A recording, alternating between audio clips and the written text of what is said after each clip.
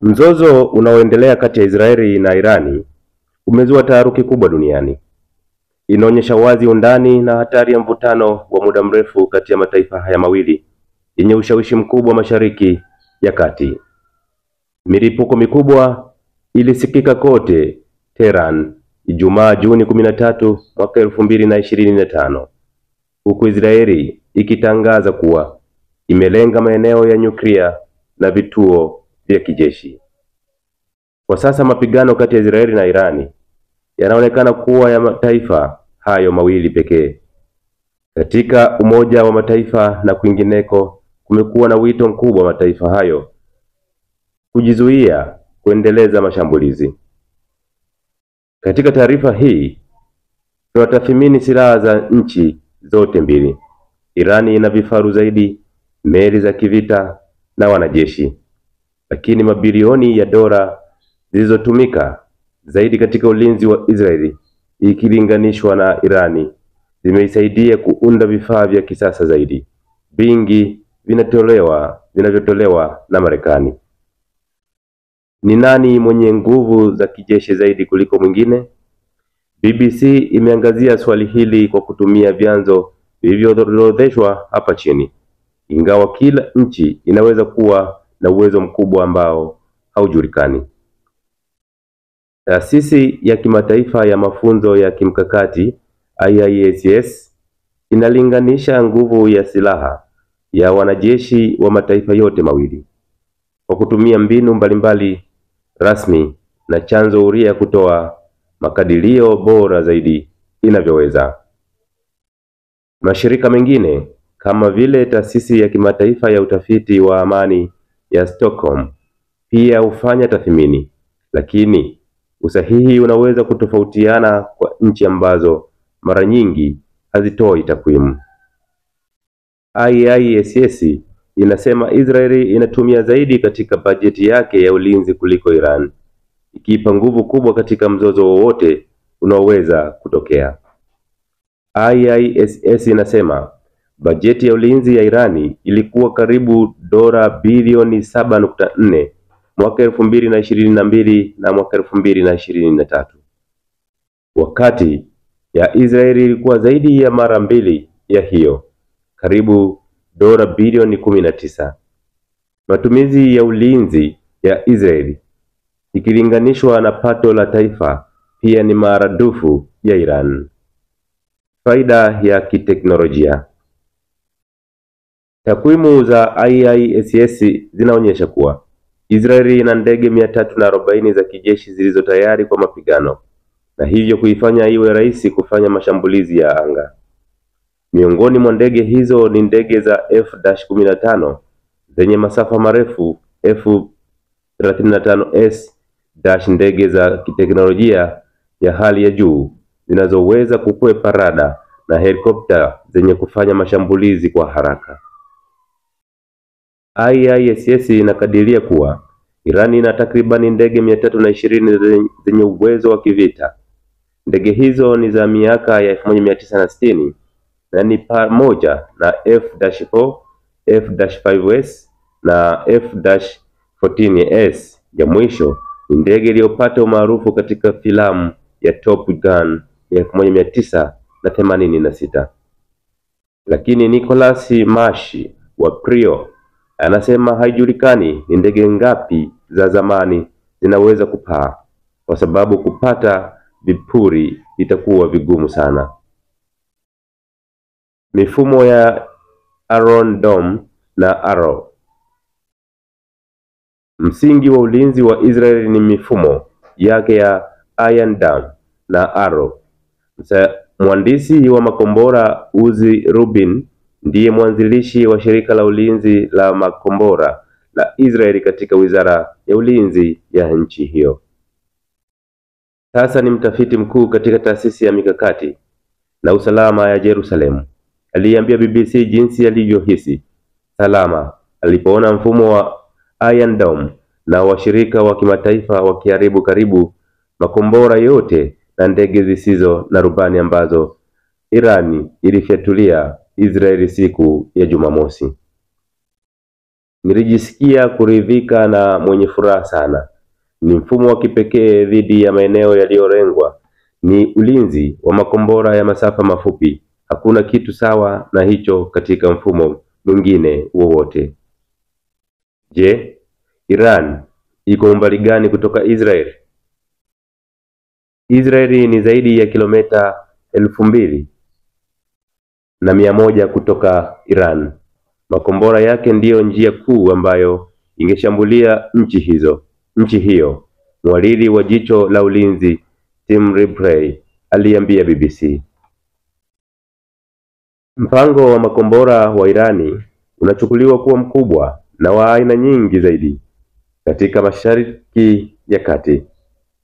Mnamo mwaka 2022, Jenerali Kenneth Mackenzie wa kamandi kuu ya Marekani alisema Irani ilikuwa na zaidi ya makombora 3,000 ya balestiki. Kulingana na mpango wa ulinzi wa makombora wa CSIS, Israeli pia inasafirisha makombora kwa nchi kadhaa. Makombora na ndege zisizo na rubani za Iran. Irani imefanya kazi kubwa katika mifumo yake ya makombora na ndege zisizo na rubani tangu vita vyake na nchi jirani ya Iraq, kuanzia mwaka 1980 hadi mwaka 1988. Imetengeneza makombora na droni za masafa mafupi na marefu, nyingi zikiwa zimerushiwa Israeli hivi karibuni. Wachambuzi wanaochunguza makombora yaliyolengwa Saudi Arabia na waasi wa Houthi wamehitimisha kuwa yalitengenezwa nchini Irani. Kuadhibu kupitia shambulizi la masafa marefu. Tim Ripley wa Defense Aid anasema Israeli haina uwezekano mkubwa wa kujitosa katika vita vya ardhini na Iran. Faida kubwa ya Israeli ni nguvu zake za anga na silaha zake zinazoongozwa. Hivyo ina uwezo wa kuanzisha mashambulizi ya angani dhidi ya maeneo yake muhimu nchini Iran. Ripley anasema Israeli ina uwezekano mkubwa wa kuua maafisa na kuharibu mitambo ya mafuta kutoka angani.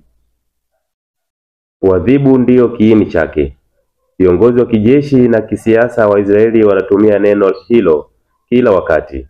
Ni sehemu ya falsafa yao kwamba wanapaswa kuwapa uchungu, kuwafanya wapinzani wao kufikiria mara mbili kuhusu upinzani wao dhidi ya Israeli. Hapo awali, wanajeshi na raia mashuhuri wa Irani wameuawa katika mashambulizi ya anga, ikiwa ni pamoja na katika uharibifu wa Aprili 1 wa jengo la ubalozi mdogo wa Israeli katika mji mkuu wa Syria, ambao ulisababisha mashambulizi ya Irani. Israeli haijadai kuhusika na hilo au mashambulizi kadhaa yanayolenga maafisa mashuhuri wa Iran, lakini pia haijakataa kuwajibika. Vikosi vya wanamaji. Jeshi la wanamaji la Irani lililozeeka lina meli zipatazo 220, huku za Israeli zikiwa na karibu 60, kulingana na ripoti za IISS. Tishio la nyuklia. Israeli inadhaniwa kuwa na silaha zake za nyuklia, lakini inashikilia sera rasmi ya utata wa makusudi. Iran haifikiriwi kuwa na silaha za nyuklia, na licha ya shutuma hizo inakanusha kuwa inajaribu kutumia mpango wake wa nyuklia wa kiraia kuwa taifa lenye silaha za nyuklia. Jiografia na idadi ya watu. Irani ni nchi kubwa zaidi kuliko Israeli, na idadi ya watu wake karibu milioni 89, ni karibu mara 10 ya Israeli, karibu milioni 10.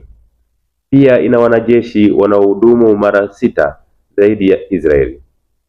Kuna wanajeshi 600,000 wanaokaimu nchini Irani, huku Israeli ikiwa na wanajeshi 170,000, inasema IISS. Israeli inawezaje kulipiza kisasi? Dr. Eric Rodsky Mtafiti wa Mashariki ya Kati aliyehusishwa na chuo kikuu cha Tel Aviv anasema Israeli ilikubali kuwajibika kwa kushindwa kutangaza hali ya tahadhari wakati Irani ilipoishambulia. Wanamgambo wanaoungwa mkono na Iran katika nchi jirani kushambulia mara kwa mara maslahi ya Israeli na wanaweza kuwa walengwa. Jeremy Bini, mtaalamu wa ulinzi wa Mashariki ya Kati, anaamini kuwa Israeli haitaweza kulipiza kisasi mara moja. Uwezekano wana njia mbalimbali kama wangetaka kulipiza kisasi, kama vile kulipua kwa mabomu maeneo huko Lebanon au Syria. Bini ana mashaka kwamba kutakuwa na vita. Jeshi halitapigana, jeshi la wanamaji halitapigana wao. Iran na Israeli wako mbali sana, na kila mmoja wao anasema Israeli italazimika kukiuka anga za nchi huru kama Syria, Jordan na Iraki. Marekani imeshutumu Iran kwa kuwapa waasi wa Houthi wa Yemen ndege zisizo na rubani. Vita vya Israeli na Iran kupitia washirika wao ni nini? Ingawa Israeli na Iran hazijapigana vita rasmi hadi sasa, nchi zote mbili zimekuwa kwenye mzozo usio rasmi. Watu mashuhuri wa Irani katika mataifa mengine wanauawa katika mashambulizi yanayolaumiwa Israeli, ikiwemo Iran, huku Irani ikilenga Israeli kupitia washirika wake. Kundi la wanamgambo la kisiasa la Hezbollah linapigana vita vikali vya Iran dhidi ya Israeli kutoka Lebanon. Iran haikatai kuunga mkono Hezbollah. Uungaji mkono wake wa Hamas huko Gaza ni sawa. Hamas ilianzisha mashambulizi ya Oktoba 7 dhidi ya Israeli na imerusha makombora kutoka ukanda wa Gaza hadi katika maeneo ya Israeli kwa miongo kadhaa sasa. Israeli na mataifa ya magharibi yanaamini Israeli inatoa silaha, Iran inatoa silaha, risasi na mafunzo kwa Hamas.